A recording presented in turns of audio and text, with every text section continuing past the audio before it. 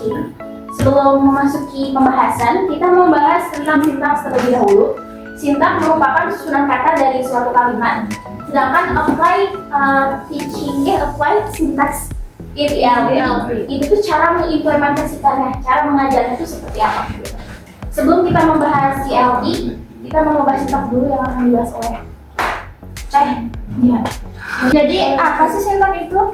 Sintaks adalah cabang ilmu linguistik yang mempelajari aturan dan pola penyusunan kata menjadi kalimat yang benar dan mudah dipahami. Singkatnya, bagaimana kata disusun menjadi kalimat. Dalam bahasa Inggris, sintaks sangat penting karena perubahan urutan kata dapat mengubah makna atau membuat kalimat menjadi salah. Selanjutnya yaitu definition of applied syntax in ELT. Applied syntax in ELT artinya kita mengajarkan susunan kalimat supaya bisa dipakai langsung, bukan cuma dihafalkan. Jadi, kita tidak hanya belajar soal rumus, tapi juga belajar caranya memakai kalimat secara langsung dalam kehidupan sehari-hari. Biasanya kan kalau belajar grammar itu kita disuruh menghafal pola seperti subject, verb, dan objek. Walaupun kita sudah hafal, kadang suka bingung saat bicara dan menulis. Nah, applied syntax itu mengubah cara belajar itu fokusnya bukan lagi soal menghafal, tapi menggunakan kalimat dalam konteks nyata. Selanjutnya yaitu komponen of applied syntax. Yang pertama yaitu phrase structure. Phrase atau frasa itu adalah kelompok kata, tapi belum menjadi kalimat karena belum punya subjek dan kata kerja yang lengkap. Contohnya yaitu in the classroom. Itu semua belum disebut kalimat karena belum ada kegiatan atau aksi. Selanjutnya jenis-jenis frasa. Jenis frasa ada 5. Yang pertama yaitu non-phrase. Non-phrase adalah frasa yang intinya kata benda atau kata ganti dan berfungsi sebagai kata benda utuh dalam kalimat. Bisa sebagai subjek, objek, ataupun pelengkap. Untuk contohnya yaitu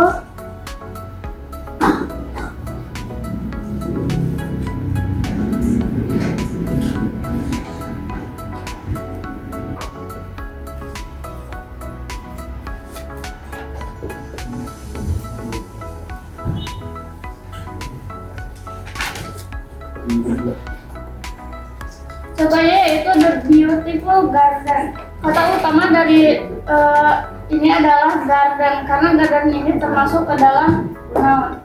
Tambahan ya, jadi di dalam sintaks itu ada yang namanya head.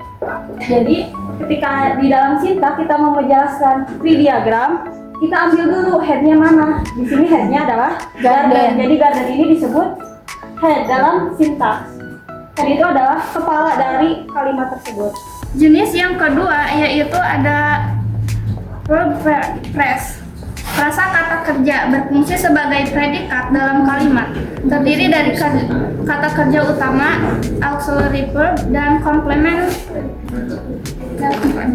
Semuanya menjelaskan tentang tindakan, kejadian, atau keadaan. Contoh dari verb phrase. Gue biar gak deg-degan dulu kan. Emang si Ica emang? Masih. Yaitu has been. Mau ngapain? Oh air.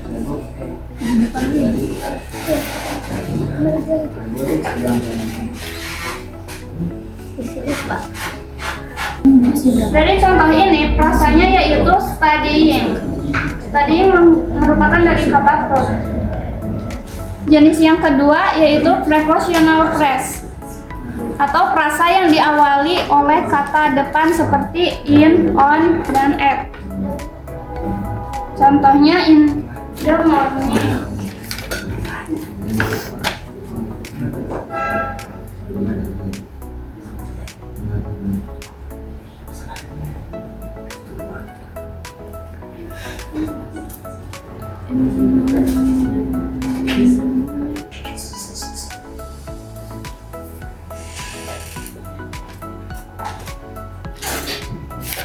In di sini termasuk ke dalam prepositional phrase.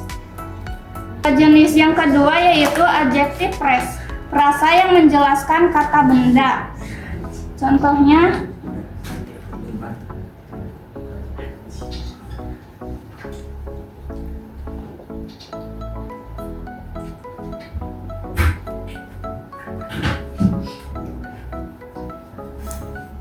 kata utamanya yaitu happy yang termasuk ke dalam kata sifat.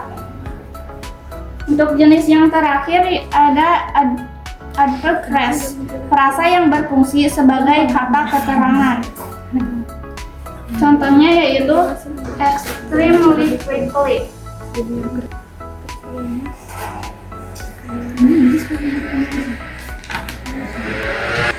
Kata utamanya yaitu quickly yang termasuk ke dalam kata keterangan. Intinya noun phrase itu adalah frasa yang berfungsi sebagai kata utuh dalam kalimat, bisa sebagai subjek, objek, dan atau pelengkap. Terus verb phrase berfungsi sebagai predikat dalam kalimat, terdiri dari kata kerja utama, auxiliary verb, dan komplement. Jenis yang ketiga preposition. Professional phrase adalah frasa yang diawali kata depan seperti in, on, dan at.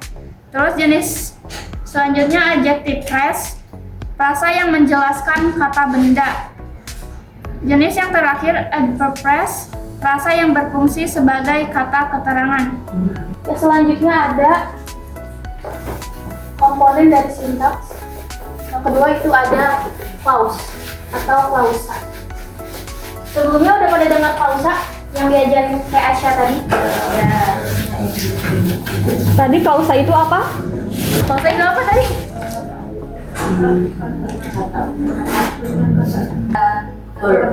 Ya, benar. Nah, klausa dibagi menjadi dua, independent sama dependent clause. Ada yang tahu independent apa? Dependent apa?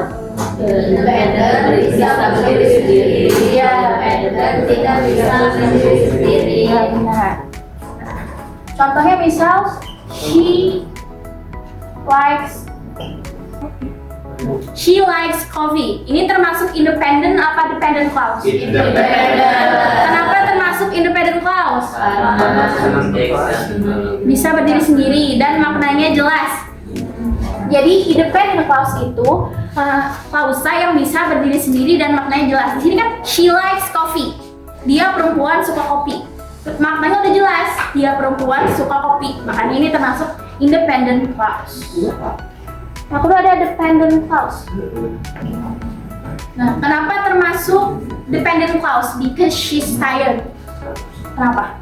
Karena maknanya belum jelas. Ya, jadi harus ada frasa di awal kalimat. Soalnya kan because she tired.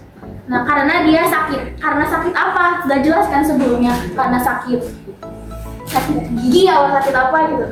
Misalkan contohnya Diana is sick because she tired. Nah, ini termasuk the independent clause. Karena maknanya udah jelas. Ini dependent. Jelas?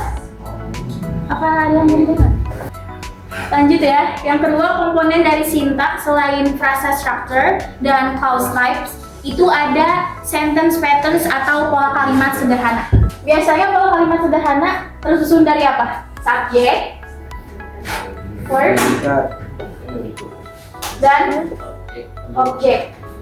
Contohnya, she-nya subjek, verbnya reads, dan objeknya itu books. Ini termasuk contoh dari sentence patterns dan bagian dari komponen sintaks. Selanjutnya ada transformational rules. Ini menjelaskan perubahan bentuk kalimat. Contohnya misal aktif menjadi pasif. Transformational rules itu pola dari aktif ke pasif. Contohnya misal aktif itu she writes a letter. Kenapa termasuk she writes a letter? Karena pada kalimat ini tuh kalimatnya aktif dan terjadi pada saat ini. Contohnya kan she writes a letter itu kan dia perempuan menulis surat. Jadi aktivitasnya saat ini gitu. Makanya termasuk aktif. Kalaupun dipindahin ke pasif, jadi a letter is written by her. Jadi surat itu ditulis oleh dia perempuan. Jadi makanya kenapa ini termasuk pasif? Karena masanya lampau, sudah terjadi gitu. Kalau aktif itu saat ini. Kalau pasif itu udah lampau. Selanjutnya ada perubahan statement ke question. Contoh misal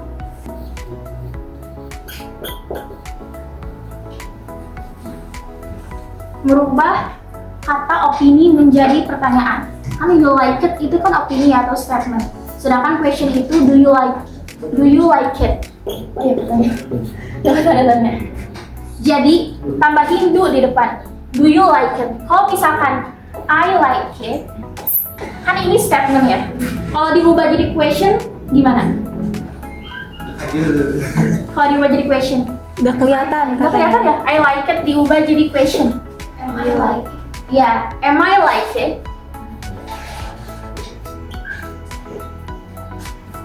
Nah, ini kan question ya. Are you student? Kalau diubah jadi statement, jadi apa? Ya, you are student. Next, explanation by Teh Alia. Times is yours. Kalian bisa akses di Google Classroom ya. Karena itu salah satu aplikasi yang harus digunakan ya. Baiklah. Selanjutnya kan tadi udah dijelasin ya sintaks itu apa. Nah selanjutnya kita akan belajar tantangan apa ketika kita mengajar sintaks itu. Apa sih tantangan yang kita akan hadapi? Yang pertama itu ada difference in word order atau perbedaan urutan kata. Contohnya dalam Indonesia kita bisa bilang dia cantik tuh. Sedangkan kalau di dalam bahasa Inggris itu kita nggak bisa bilang she beautiful. Karena dalam bahasa Inggris itu kita menggunakan kata bantu. Sedangkan kalau dalam bahasa Indonesia itu kita tidak menggunakan kata Bantu. Misalnya, kalau kita urutkan dalam bahasa Indonesia, saya itu bahasa Inggrisnya apa? Suka itu, Like. kopi itu, Coffee. Iya benar. panas itu. Hot. Ini kalimatnya sudah benar atau belum? Belum. Jadi ini adalah salah satu tantangan ketika kita ingin mengajar sintaks. Gimana cara kita membuat ini supaya benar? Di dalam grammar atau dalam sintaks biasanya adjektif itu ada sebelum noun atau setelah noun? Sebelum. Berarti apa yang harus diganti? Dari kalimat ini. Hot coffee. Hot coffee, betul. Jadi kalimat benarnya itu adalah I like I like hot coffee. coffee. Jadi kalian sebelum misalnya kan ini tantangannya nih ketika kalian mengajar sintaks. Jadi kalian bisa sebelumnya pemanasan dulu misalnya rumah besar. Kalau dalam bahasa Inggris berubah menjadi big house. Big house. Karena adjektif itu berada di Sebelum noun. sebelum. Noun. Tantangan selanjutnya adalah kalimat yang kompleks atau complex sentence.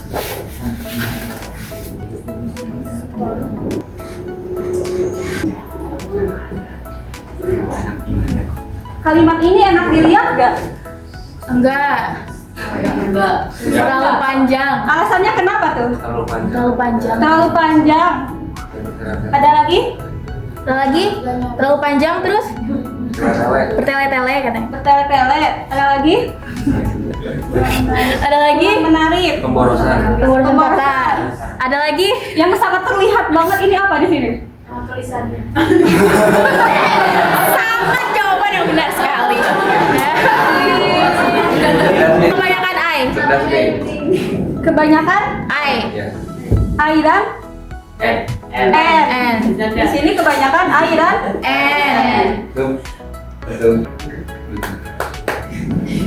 kalau kayak gini, nyambungan ini atau nyambungan ini? Enak dilihat yang ini apa yang ini? Yang bawah.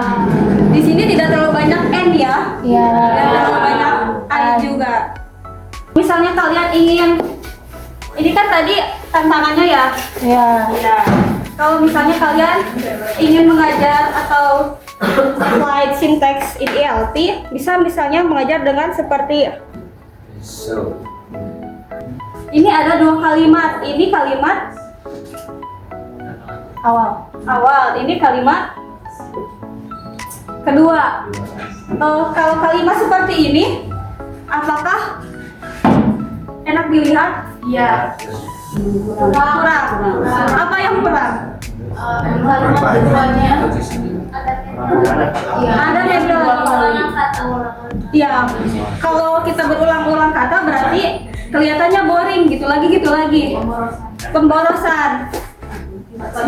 Gimana kalau misalnya the man itu kalau diganti menjadi Him. He was. He. apa sih di kan ada who, ada whose, ada this. Kalau the man itu termasuk who ya. People itu atau manusia itu bisa diganti dengan whose. Jadi the man di sini bisa diganti dengan who.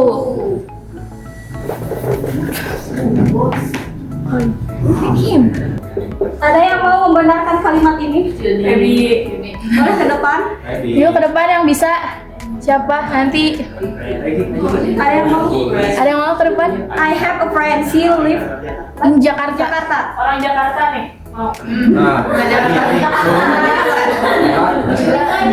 Yang ke depan dapat barokah. Bro, yuk. Ada yang mau? Udah benar ya. Apakah bisa diubah lagi? Bisa. Gimana? Ada yang mau ke depan? Ada yang mau ke depan? Apa? Sheet-nya diganti pakai bu. She-nya diganti pakai. Siap. Tuh, she-nya bisa diganti Oke. pakai who. Kalau pakai harus. Her. I have a friend. Her live in Jakarta. Lalu rancu. Ya. Kalau her itu berarti ada orangnya, masih Iya. tahu siapa gitu. Ada namanya di awal kalimat Iya. ya. Oke, her.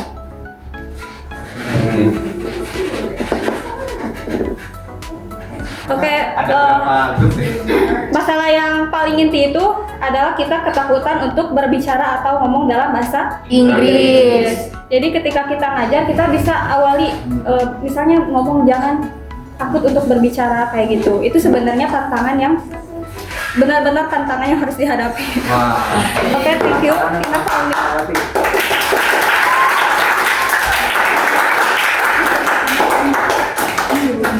Terakhir ya, satu lagi materi. Satu lagi ya. Satu lagi ya. Kan tadi kita udah belajar tentang sintaks.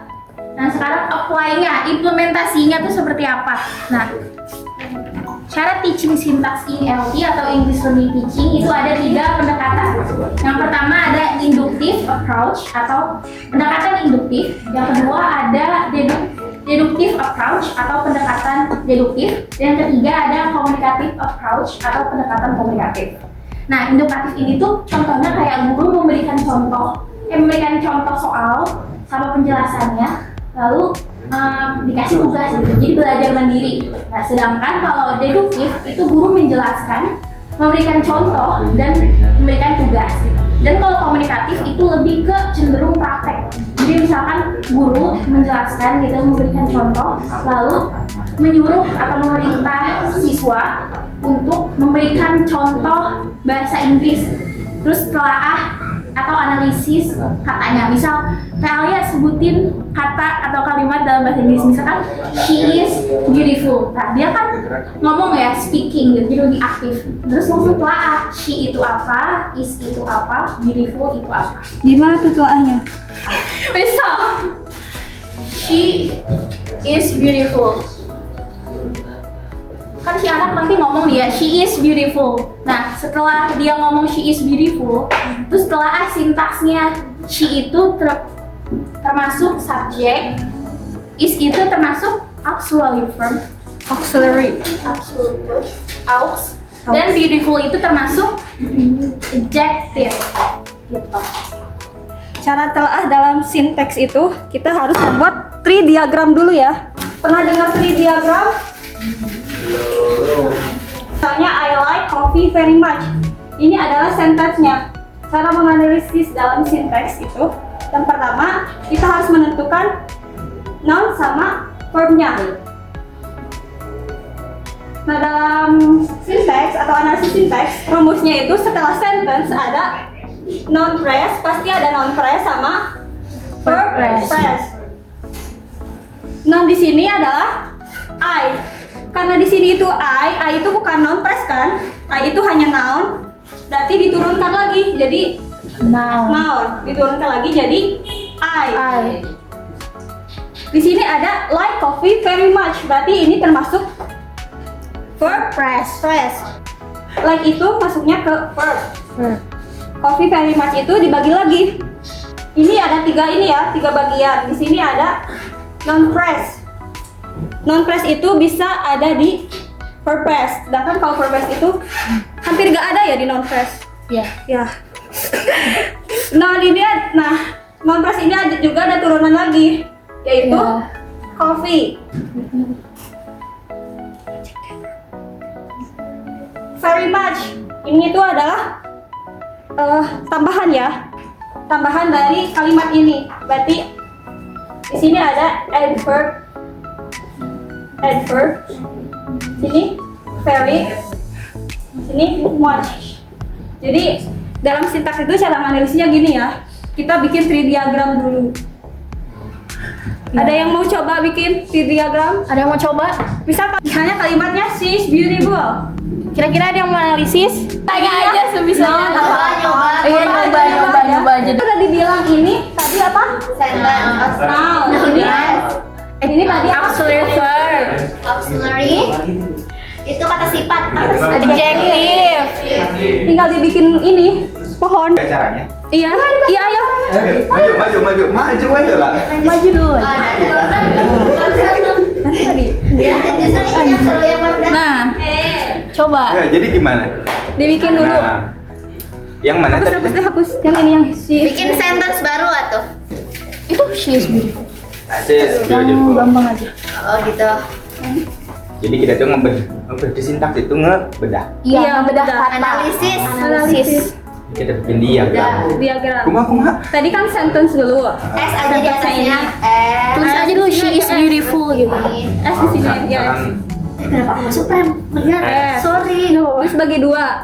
Bagi dua. Nah gitu. Nah, setelah sentence itu pasti ada noun phrase sama verb phrase. Pasti ada itu.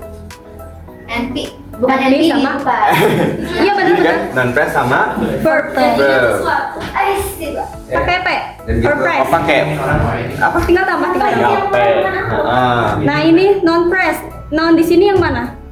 Non di sini yang Tuh yang she apa is apa beautiful. Noun. yang si. Yang Ya, si. tulis. Si noun phrase atau bukan? Si non Iya press. dong. Oh iya. Jelas. Maksudnya si noun phrase atau bukan? Heeh.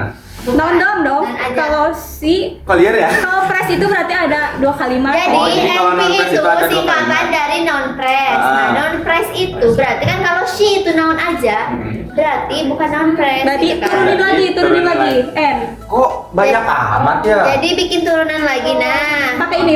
pakai akar dulu. Akar. Nah, Ini mau udah kayak belajar matematika. iya betul. Nah, Satu aja akarnya. satu aja. Strip aja. Ya. Iya. Garis. Garis. Nah, Baru tulis kalimatnya. Terus itu lagi bikin garis lagi turunan. Ya, turunan lagi baru Hapus aja dulu. Mantap. Ini keren banget nih. Lumayan ini benar. si ya. She ya. ya. Terus bikin turunan lagi. Ini udah maksudnya gini deh. N-nya kasih strip. N-nya kasih strip. Oh. N-nya kasih Nah, strip. bawah gitu. Oh iya. Ya, Berarti verb base-nya itu is Next is. beautiful. Bagi dua. Nah, Diksinya N. Is itu tadi apa? Is tadi auxiliary. Auxiliary. Iya. Auxiliary verb. Tulis auxiliary. Aux. A. Semuanya. Aux. Oh. Auxiliary. Nah, Turunin lagi ya, bikin strip, baru is. Tadi beautiful itu apa? Adjective. Kalau berarti tulis di sini aja, di sini. Di pinggirnya, di pinggir aus. Dia sejajar sama aus. Oh, adjektif berarti. Iya. Adjective. Pakai P, pakai P. ADJP. ADJ. Jadi adjective first. Turun jadi beautiful. Karena di awalnya adjective first. Nah, ya gak apa-apa. Jadi seperti itu. Oke, tepuk tangan. Ada yang mau nyoba lagi? Ada yang mau nyoba? She likes coffee. Yuk, boleh maju. Ini S apa? Sentence-nya itu, Sentence. kalimatnya. Kayak gini aja. Iya. gitu. S. Speaker. Kata mas sebenarnya mah kudu belajar tuh. Ih, Speaker. kabar? How speaking. Speaking apa? Dua. Iya. Apa jadi tahu? Apa jadi tahu?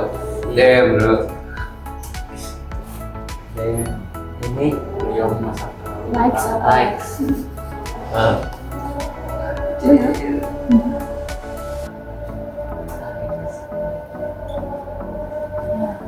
Coffee objek ya. Coffee. Objek masuk gak? Coffee itu kalau misalnya nggak ada objek, Oh iya. berarti hapus. Coffee itu kata benda, apa kata Oh, kerja? berarti noun. Ya, tambah P. NP. Iya, Dari sini N. iya, Baru kopi. iya. Weh, tepuk tangan.